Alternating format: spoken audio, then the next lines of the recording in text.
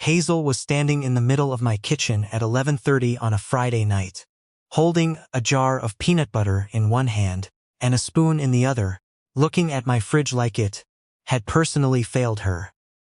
"You have nothing," she said. "I have things.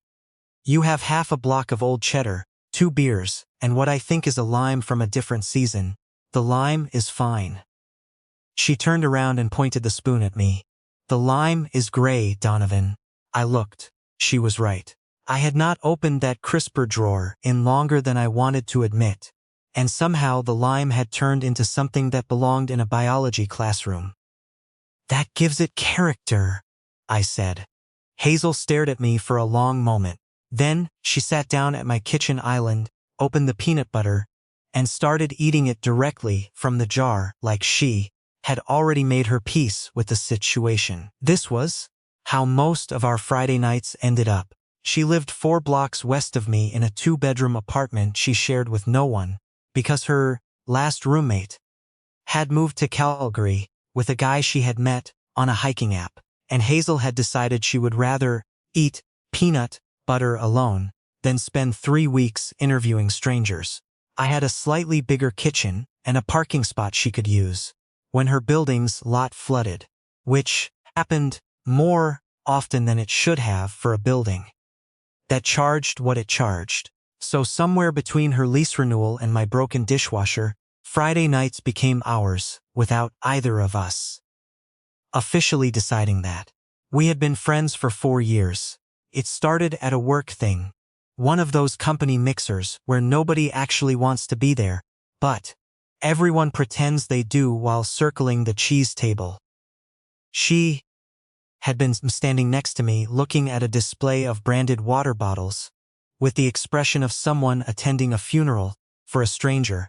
I said something about the water bottles. She said something sharper back. Then we spent 40 minutes near the back corner, talking about everything except anything related to the company, and somehow ended up sharing a cab because we lived in the same direction. She texted me the next day. "The water bottles were still bad. I'm getting coffee, you should come." I went. That was 4 years ago. Now she had a key to my place so she could drop off packages when I was traveling, and I had a drawer in her bathroom because I had a habit of sleeping on her couch. After, we stayed up too late watching something that was supposed to take 2 hours and ended up taking 4. Her sister called me Hayes's work husband at Christmas, 2 years in a row. I stopped correcting her after the second time. "Okay," Hazel said, putting the lid back on the peanut butter. "Tell me what happened." "Nothing happened. You texted me come over at 11 p.m. on a Friday, and you're wearing the same shirt you wore to work." Something happened. She was not wrong about the shirt. I had not even changed when I got home, just walked in, put my keys on the counter, and stood in the middle of the room for a few minutes, trying to remember what I was supposed to do next. "I had a 3rd date with someone," I said. Hazel waited. "It was fine. Fine. She was great. Genuinely. Funny, smart, works in urban planning, has opinions about transit infrastructure that I actually found interesting." "Okay." I drove home and I stopped, opened one of the 2 beers from the fridge and leaned against the counter. I don't know. The whole drive home I was just not thinking about her. Hazel tilted her head slightly. "What were you thinking about?" I took a drink of the beer. "Nothing. That's the thing. I should have been thinking about whether I wanted a 4th date, and instead, I was thinking about whether you'd watch the next episode of that show without me." "I did not watch it without you." "I know. I set the beer down." "That's the problem, Hazel. That's the whole problem, and I don't know what to do with it." She looked at me steadily for a moment. The kitchen was quiet, except for the low hum of the refrigerator and the sound of the street outside, someone's music from a passing car, fading down the block. "Tell me about the transit woman," she said, in the tone she used when she was switching into practical mode. "Her name is Courtney." "Tell me about Courtney." So I did. I told Hazel about Courtney the way I had been telling Hazel about people for 4 years. Courtney, who had a good laugh and worked long hours, and had a dog named after a tragically hip song, and had ordered the exact same thing I ordered on the second date. Without realizing it, I told her everything that was good, and there was a lot that was good. And the whole time I talked, part of me was watching Hazel lean against the kitchen island in the gray sweater she had left at my place 2 months ago, and never taken back, her hair in a bun that had started the evening neat and was now listing slightly to the left, listening to me the way she always listened, like whatever I was saying actually mattered. When I finished, she said, "She sounds good, she is good. But nothing." That's the honest answer. There's no but. There's no red flag or deal breaker or weird moment. She's good, and I keep ending up here talking to you instead of texting her, and I don't know if that means something or if I'm just broken in some way that I haven't figured out yet. Hazel was quiet for a moment. She picked up the peanut butter again and didn't open it, just held it. "Are you going to see her again?" "I don't know." "Write in the comments," I said, more to the refrigerator than to Hazel. Did I already know the answer? Was I looking for permission to stop trying, or was I genuinely lost? Hazel raised an eyebrow. "Were you just narrating out loud? Old habit." She laughed. It was quick and real, and she covered her mouth with the back of her hand after, which she did when something caught her off guard. That laugh had been doing something to me lately that I was very deliberately not examining. "You're not broken," she said.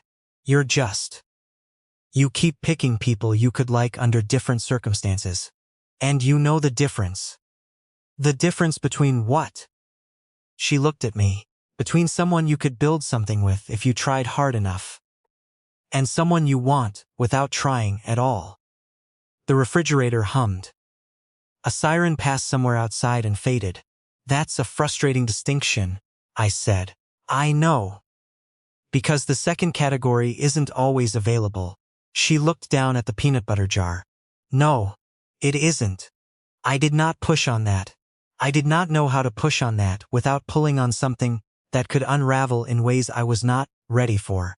Hazel was the steadiest thing in my life. I had apartments I liked better and jobs I cared about more and friendships that were louder and easier and asked less of me.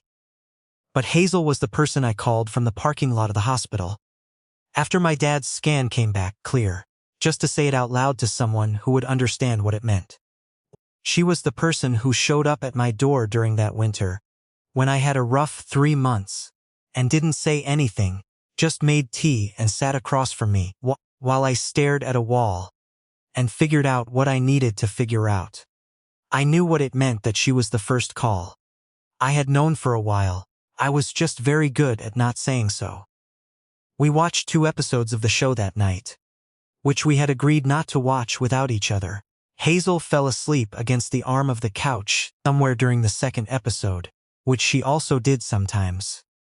And I paused it and sat there for a few minutes not watching anything, just aware of the apartment and the quiet, and the way it felt completely normal to have her there. That was the problem. Normal should not feel like that. I woke up the next morning to her making eggs in my kitchen. She had found something, apparently, because she was doing the full thing with the cheese and the green onions she had discovered in my crisper drawer, behind where the gray lime used to be. "You had groceries," she said without turning around. "I had ingredients. Those are the same thing. They feel different." She pointed a spatula at me without looking. "You're one of those people." "What people?" "People who open the fridge, see things that require assembly, and close it again. That's not." "You were going to eat crackers for dinner tonight." I was. I had absolutely been planning to eat crackers for dinner. She slid eggs onto a plate and handed it to me, and sat down across from me with her own, and we ate the way we usually ate together, which was quietly for the first few minutes. And then, all at once, talking about 3 different things. She told me about a project at her firm that was getting complicated in the way projects get when too many people have opinions. And not enough of them are rights. Right. Right. I told her about a property I had been working on that kept hitting delays because of a zoning issue that should have been resolved months ago. She asked questions that were sharper than they needed to be for polite conversation, which was something I liked about her, that she actually engaged with the work stuff like it was interesting rather than just nodding until it was her turn to talk. At some point she said, "Are you going to text Courtney?" I looked at my eggs. Probably not. Hazel nodded like this was not surprising. Okay, is that okay? To you, like what do you think? She looked at me for a moment. I think you already know what you want. That's not the same as knowing what to do about it. No, she said. It's not. She went home that afternoon. She had things to do. A call with her mum. A friend's birthday thing in the evening that she had been vague about, in a way that usually meant she was not actually looking forward to it. I watched her put on her jacket by the door and do the thing she always did where she checked her pockets twice, even the thing she axed, even though she never lost anything, and I thought very clearly, I am going to regret this if I don't say something. Then, I did not say anything. I said, have fun, and she said, I'll try, and she left. And I went back to the kitchen and stood there looking at the clean pan she had left on the dish rack. The thing about not saying something is that it does not go away. You think it will, or you tell yourself there will be a better time, a better version of the conversation, a moment where it feels less like stepping off a ledge. But the moment does not appear. You just carry it around, and it gets heavier. 3 weeks after the eggs, Hazel's friend's birthday dinner turned into a whole situation. The friend had invited someone she worked with who had then spent most of the night talking to Hazel specifically, and Hazel told me about it. The way she told me things. Matter-of-factly. On a phone call while she was walking home. She was not breathless about it. She was not telling me to be excited for her. She was just telling me because she told me things. And I said, that sounds like a good night. And she said, yeah, it was. And there was a pause and I said, I should let you get home. And she said, right, yeah. And we hung up. I drove to her neighborhood 30 seconds later. Not actually. I did not move. I sat in my kitchen and made coffee and drank it too fast. And then sat there with the mug and thought about all the things I had been not saying for longer than I was comfortable admitting. There was this thing that had happened in January. Hazel had been having a hard go of it, nothing catastrophic. Just the accumulation kind of hard, where everything is slightly more difficult than it should be. For long enough that you run out of reserves. She had been quieter than usual. Less quick with the sharp comments. Coming over on Fridays but not saying as much. One night she was at my place, and we had been watching something, and she stopped it and said, is it weird that I'm here all the time? I looked at her. What? Like I just. She picked at a thread on the couch cushion. I don't want you to feel obligated. I know I show up a lot. I turned completely toward her. Hazel. You have a key. I know. I gave you the key. I know. Because I wanted you to have it. Because you being here is. I stopped. You're not an obligation. That's not a word that applies to you. She looked at me for a moment, something moving in her expression that I could not entirely read. Then she said, okay, quietly, and leaned back into the couch and we put the show back on.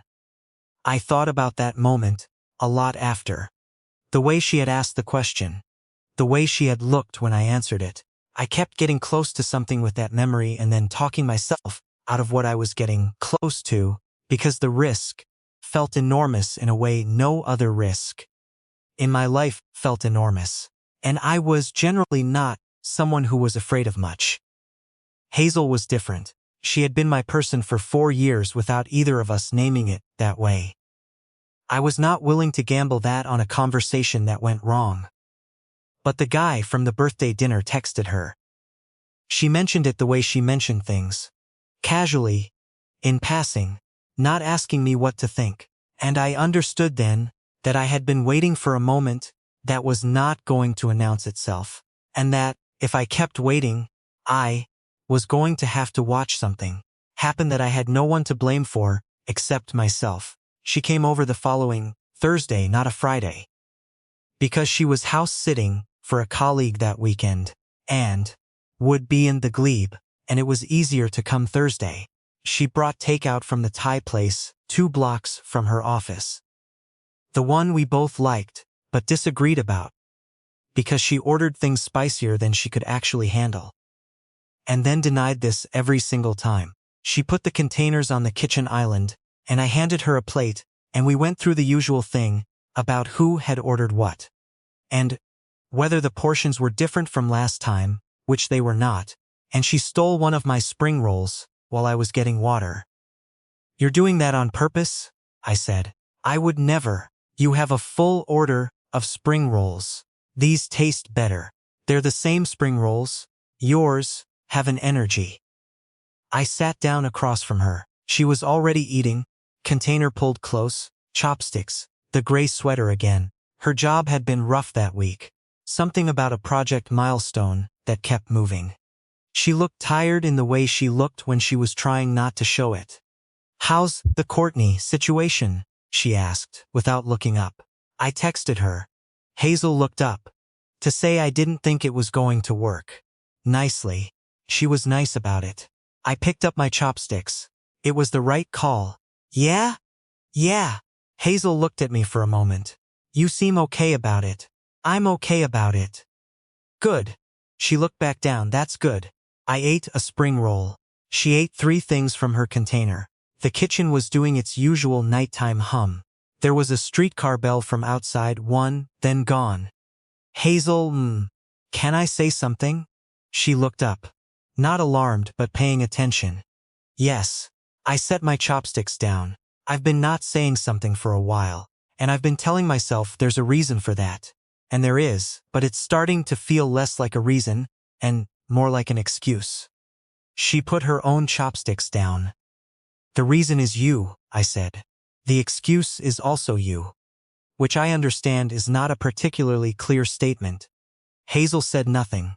The streetcar was gone. Every person I've gone out with in the last however long. I come home, and I'm not thinking about them. I'm thinking about telling you how it went. And I've been framing that as a best friend thing, like that's just what close friendship looks like. But I think I've been doing that, because the actual explanation was too much to sit with. She was very still. "I think the reason dating has not worked is not because I'm broken, or picky, or haven't met the right person. I think it's because I've already organized my whole life around someone, and I just never said so." Hazel's hands were flat on the counter on either side of her container. "You're the first person I want to tell things to. Good things, bad things, things that don't mean anything. I built my Fridays around whether I was going to see you. I've met people who were great and funny and kind, and I drove home thinking about whether you'd watch the show without me." I looked at her. "I haven't been single because I haven't found anyone. I've been single because I'm not actually looking for someone I don't already have." For a moment she did not say anything. The refrigerator hummed. Somewhere outside someone laughed loudly and then it faded. "Donovan," she said. "Yeah. How long have you been sitting on that?" "A while." "A while. Define a while." "A longer than I'm going to say out loud right now." Something shifted in her face. Not one big, obvious change. More like something that had been held carefully in place for a long time, loosening a degree. "Can I tell you something?" she said. "Yes." She looked at the takeout container. Then, at me. "You know how you said, you come home and you're not thinking about the person you were with. You're thinking about telling me." "Yes. I do that too." She said it quietly. "I've been on dates and thought about whether you'd find the story funny. I've had good things happen and waited too long to tell anyone else, because I wanted to tell you first. I went to that birthday dinner, and someone was nice to me, and I walked home, thinking about how I was going to tell you about it.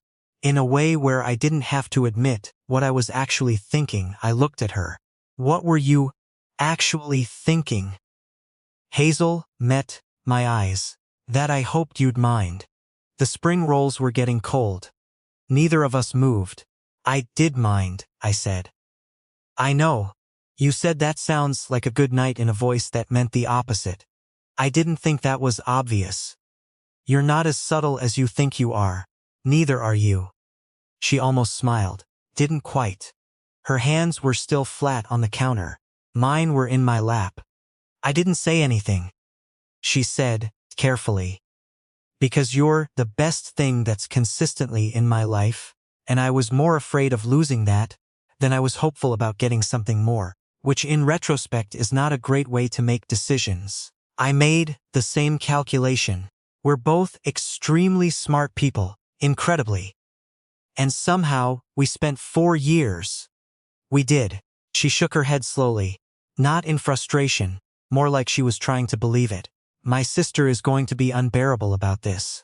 My dad is going to say he knew. Did he know? He absolutely did not know. But he'll say he did.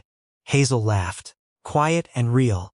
The kind that meant she had not been expecting to laugh, and her shoulders dropped a little, and something in the kitchen felt lighter. I reached across the counter. Not dramatically. Just moved my hand across the space between the takeout containers and set it near hers. Not on top. Just close. An offering, not an assumption. She looked down at our hands. Then she moved hers and set it over mine. We stayed like that for a moment. The takeout was cold. The streetcar bell rang again somewhere down the street. This is strange, she said.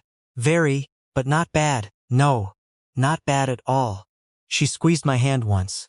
I turned mine over and held hers properly. We reheated the takeout. We ate it at the kitchen island the same way we always ate, talking over each other slightly, disagreeing about something that did not matter.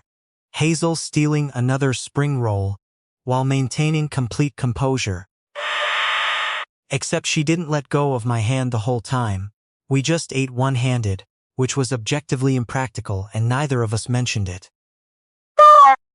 After, when the containers were in the recycling and the plates were in the sink, she leaned back against the counter and looked at me. So what happens now? She said. I have no idea, I said, which was honest. I've been thinking about this moment for so long that I never thought past it. We should probably go on an actual date. Somewhere nicer than a Thai takeout container. To be fair, I like Thai takeout. That's not the bar. What's the bar? Somewhere with a menu that's not also available on an app. She raised an eyebrow. Bold of you to have standards now. I have always had standards. You had a gray lime in your crisper. The lime is a separate matter. Hazel smiled. She had a particular version of it that she kept closer than the others. The one that only came out when something actually got her. I had cataloged it over 4 years without meaning to. It showed up now, and it was unfair, honestly, how much it did. I walked her to the door when she left. She did not need to be walked to the door. She had done this 1,000 times. She could find the hallway. But she let me, and at the door she put her jacket on and did the pocket check twice. Same as always, and then she looked at me. Thursday was not a Friday, she said. No. But this worked. Yeah, it did. She kissed me once, brief and careful, like testing an ice surface before trusting weight to it. Then she stepped back and opened the door. Don't watch the show, she said.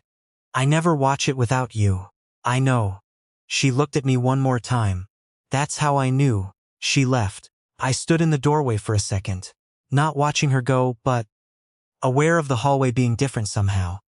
Like the air had rearranged slightly.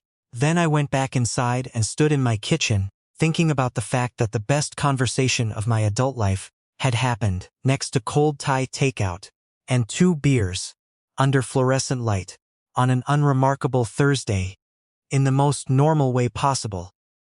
Which was, I realized, entirely how it should have gone. Not a grand gesture or a perfect moment or a speech I had practiced. Just Hazel and me and the kitchen, and finally deciding that being careful with something did not mean never touching it. 2 weeks later, she started keeping a second plant at my place, because, she said, hers needed a friend. I did not point out that the plant could not tell the difference. I put it on the windowsill next to where I kept my keys, and I watered both of hers on the same schedule. Her sister called me by my actual name at the next family thing. Small change, completely different. Friday nights were still ours. So were Thursdays, apparently, and most Sundays, and the specific 4-block walk between our apartments that we had done separately for years, and then started doing together so gradually that I could not have told you exactly when the change happened, only that it had, and that it was, without question, the thing I had been most afraid to want, and the easiest thing I had ever decided to keep.